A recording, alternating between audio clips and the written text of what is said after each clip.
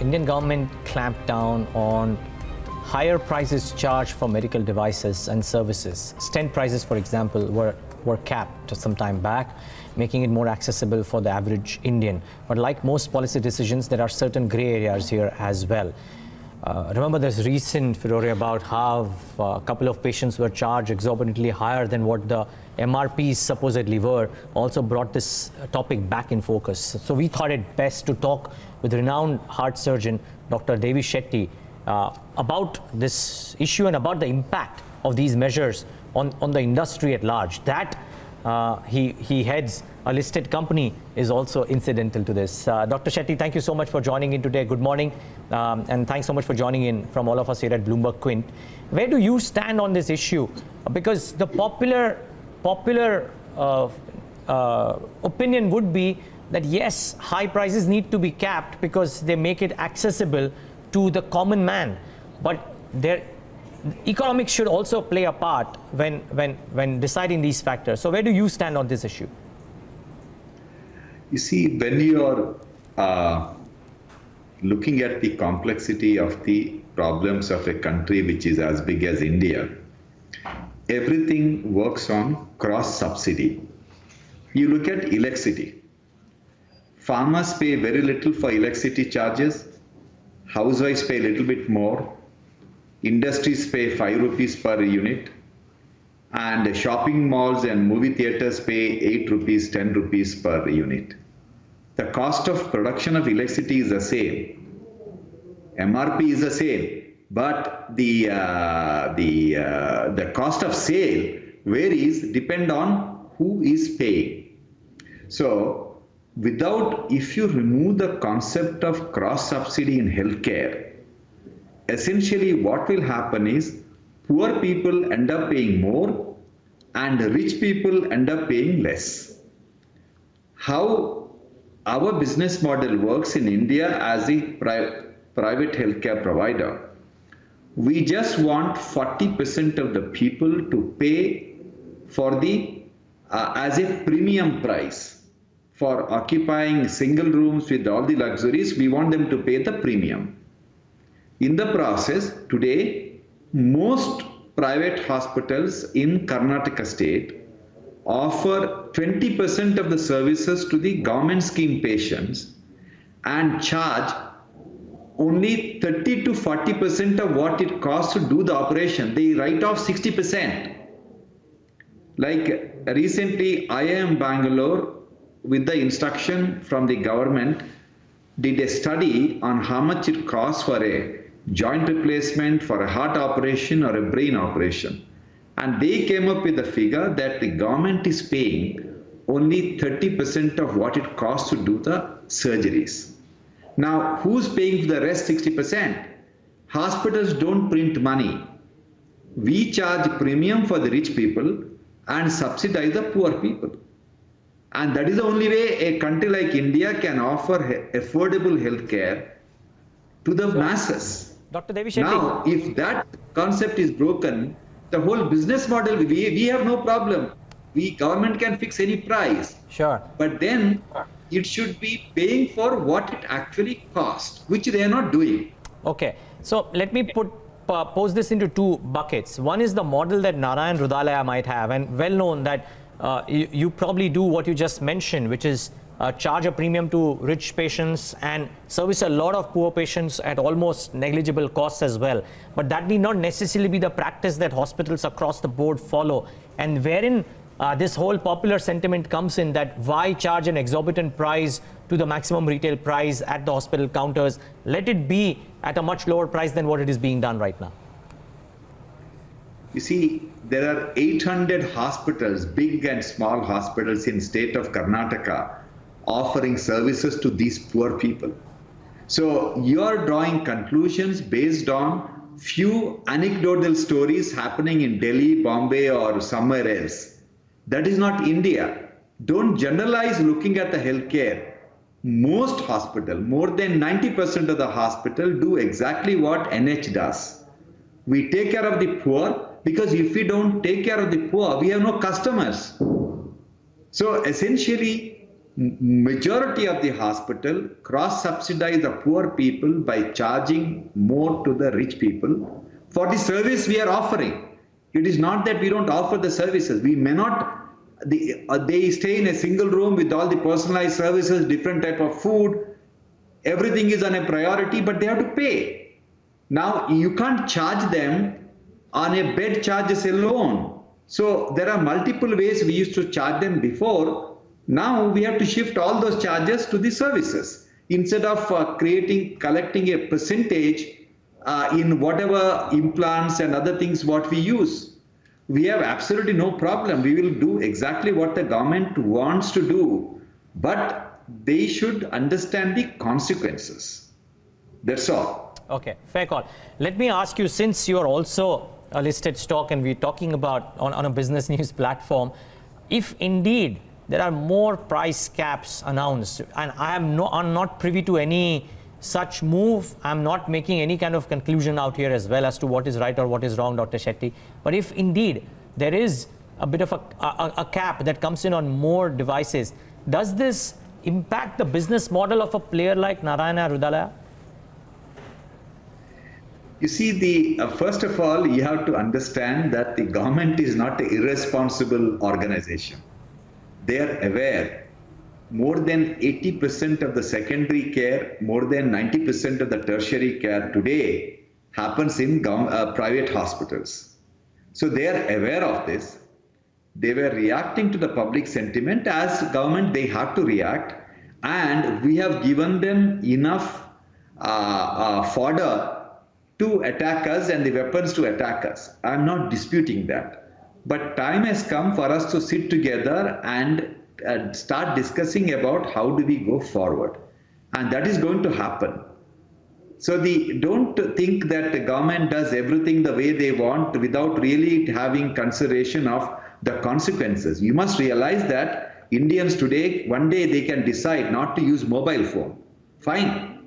Nobody is going to die if you don't use mobile phone or a new car. But when you develop a burst appendix or a heart attack, you can't say that I'm not going to hospital. Now, how many government hospitals can offer services? The specialist vacancy for a specialist in a government hospital is 80%. No procedure gets done in a government hospital. This fact is known to them. So essentially, government is a responsible organization. They will do everything taking all the stakeholders into confidence. I'm confident because I've been working with them for the last 20 years. A lot of positive things they have done to help the health sector. Dr. Devi Shetty, good morning. This is Ira joining in as well. Dr. Shetty, I'm sorry if my question is going to sound very simplistic. I don't cover the healthcare sector, but I cover the finance sector. And I'm drawing a very broad comparison to the rhetoric we have seen many times in the past on, say, something like interest rates that are charged to the rural people through microfinance, etc. The reason I'm doing that is, that too was a case of, sort of public uproar. The industry made similar arguments as to, subsidizing and the charges of delivery, etc. Eventually, the solution that was found was somewhere in the middle, which was looking at margins that are charged for various services. In this case as well, I'm wondering whether that is the middle path that both the medical fraternity and the government would be willing to look at. Not look at absolute price caps, perhaps, but look at margins that are okay to charge. Do you think, as you look for a solution, that is the route to go down, sir? Definitely. You see, there has to be a realistic MRP. We don't fix the MRP. So government has to fix a fair MRP, which is fair to the patients, which is fair to the manufacturers, and it is fair to us.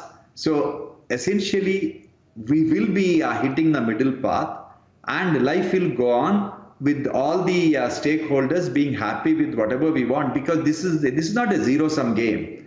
Right? It's not like one person wins all. So healthcare, you see, I'll ask you one question. You all run discussions on businesses. Tell me, which is the world's largest industry in the world in money, in terms of money spent? It is a healthcare industry. Healthcare industry is $8 trillion. People think IT is big industry. It is hardly $3.5 trillion. Oil and natural gas is $2 trillion. Automobile is $2 trillion. They are nothing compared to us. We are the largest employment generator today in the world, right? And you look at automobile industry. Everybody talks much about automobile industry. Look at the top automobile industry in the country, Maruti Suzuki, right? How many people they employ? With the over 70,000 crore rupees, 66,000 crore rupees revenue, they hardly employ 13,500 people. I, as a chairman of Narayana Hrudayalaya, we have hardly 2,000 odd crore rupees revenue, and we employ 15,000 people.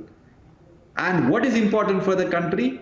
It is the employment generation and healthcare of the people. And we are the largest, and we are going to be the largest employers. So I don't think any government will be irresponsible enough to attack this industry. Whatever is happening, it is partly our fault, and I'm not blaming the government. We have given them enough order to attack us. Fine, whatever has happened.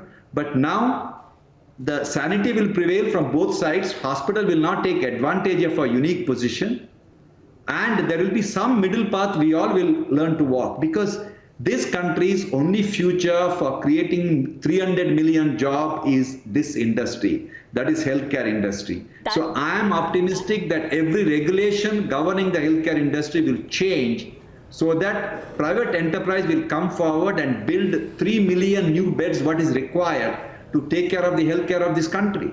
No, that point is taken, Dr. Shetty. You're an important employment generating industry. That point is taken. Unfortunately, you're not a discretionary industry. And as a government, they perhaps have to keep in mind that healthcare is not a discretionary service. And it's, given the state of our public healthcare, you need to be in a situation where the private healthcare is also playing along, and not, and I'm not saying that you are, or, one odd hospital is, but you can't as a whole be seen as a profiteering industry, I presume. See, you have access to all the listed companies' financials. Look at the margin created by healthcare industry, compare them with any other industry. Honestly, do you think this industry is profiteering? This is the most complex industry in the world to run. In which industry, when you talk to your clients, you talk about the death. One of the consequence of our service is death. Which industry talks about it? We deal with human life. This is a complex industry, and look at the margin what we create. Where is the profit? Where is profiteering? See, essentially, I am not concerned about the big hospital groups like ours. We will survive, we will grow, but we don't want to grow at the expense of thousands of small hospitals in tier 2 cities to die, and that will be a disaster for the country. Today, bulk of the healthcare is not taken care by listed corporate entities. We don't even comprise 1% or 2% of the bed population of the country. It is the 60-bed, 50-bed nursing homes in tier 2, tier 3 cities who are actually offering the healthcare of the country. Sure. So if the government insists on having a first world regulatory structure with the third world infrastructure, they will die. And in the process, we will get benefited. But we don't want that to happen. Sure. We want those people also to survive. Okay. That's a fair point. We have the next guest with us, Abhijit Roy of Berger Paints, but even he would probably do with this one advice that I want you to leave us with, Dr. Devi Shetty. We've spoken about business a lot. We are entering the New Year frenzy. A lot of people will be partying. One piece of advice for everybody who's on a binge on the 31st and the year ahead, if something that people should do to take care, a general advice. Okay, if people want to take care of their health, I just want them to know that they have only one heart, and every time they do things which they know is going to hurt their heart, please be careful. I allow them to celebrate one day, but not every day. Thank you. Okay, fair call, Dr. Devi Shetty. Thanks so much for joining in and giving us that perspective. Maybe at some point of time later on in the new year, we'll request Dr. Shetty to come in and talk about what can people do to take care of their heart as well. But that's for another day. Wish you a great new year, Dr. Devi Shetty. Thanks so much for joining in.